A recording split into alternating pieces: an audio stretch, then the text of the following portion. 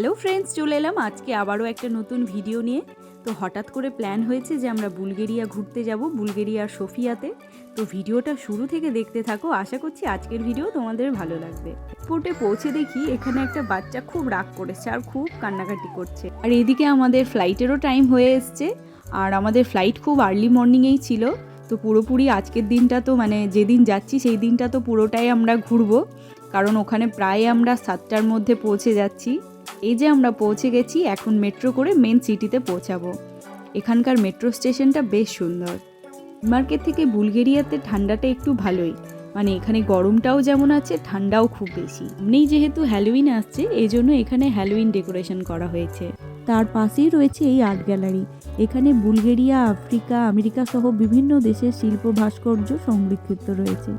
এরপর আমরা চলে গেছিলাম সেন্ট নেডেলিয়া ক্যাথিড্রালে, আর এখানে গিয়ে দেখছি যে বিয়ে হচ্ছে, ধুমধাম করেই বিয়েটা হচ্ছে। তো এখানে কিছুক্ষণ আমরা দাঁড়িয়ে বিয়ে দেখলাম, তারপর চলে গেছিলাম চার্চের ব্যাক সাইডে। ওভারঅল চার্চটা বেশ সুন্দর দেখতে। এরপর আমরা চলে যাব ভিতোসা বুলেভার্ড। ফিয়ার সব থেকে জনপ্রিয় স্ট্রিট হচ্ছে এই ভিতোসা। এখানে চারিদিকে এত রেস্তোরাঁ আর ক্যাফে যে আমাদের দেখেই খিদে পেয়ে গেছে। এই যে আমরা নিয়ে নিয়েছি আমাদের টেস্টি টেস্টি খাবার। এই যে স্ট্রাকচারগুলো দেখতে পাচ্ছ, তার মধ্যে পেছনের স্ট্রাকচারটা হচ্ছে কমিউনিস্ট পার্টি সদস্যের প্রধান দপ্তর।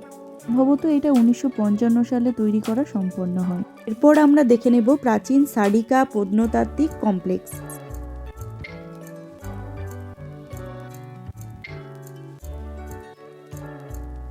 অনেকক্ষণ ধরে ঘোরাঘুরি হচ্ছে, তো হাঁটতে হাঁটতেই আমরা এখানে সেন্ট্রাল হলটা পেয়ে গেলাম। মার্কেটটা দারুণই, সব কিছু পাওয়া যাচ্ছে। ফ্রোজেন মাছ থেকে একদম রান্না হওয়া মাছ সবটাই পাওয়া যাচ্ছে। এই হচ্ছে ফ্রোজেন মাছ, বিভিন্ন টাইপের মাছ। একটা শপে ঢুকে পড়লে সব ধরনের জিনিস পাওয়া যাবে, গ্রোসারির জিনিস থেকে শুরু করে আসবাবপত্র, সব ধরনের জিনিস এখানে রয়েছে।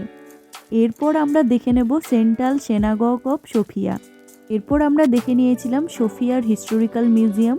এই মিউজিয়ামের বাইরের স্ট্রাকচারটা ভীষণ সুন্দর আর জায়গাটাও বেশ মনোরম। জাদুঘরটি সোফিয়ার প্রথম বসতি থেকে আধুনিক সময় পর্যন্ত ইতিহাসের সমস্ত কথাই এখানে তুলে ধরা হয়েছে। সেন্ট সোফিয়া চার্চ থেকে আমরা চলে গেছিলাম ইভেন ন্যাশনাল থিয়েটারে।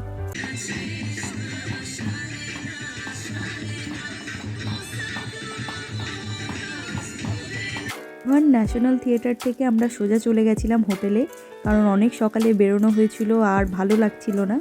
তো আমাদের চেক ইন সকালেই করা হয়ে গেছিল। এরপর আমরা খাওয়া দাওয়া করে ঘুমিয়ে পড়বো। তো আজকের মতো এখানেই ভিডিও শেষ করছি। আর ভিডিও কেমন লেগেছে সেটা কমেন্ট করে অবশ্যই জানাতে ভুলবে না। আর যদি ভালো লেগে থাকে অবশ্যই একটা লাইক, শেয়ার আর সাবস্ক্রাইব করে দেবে। তো দেখা হচ্ছে আবারও পরের ভিডিওয়। টাটা।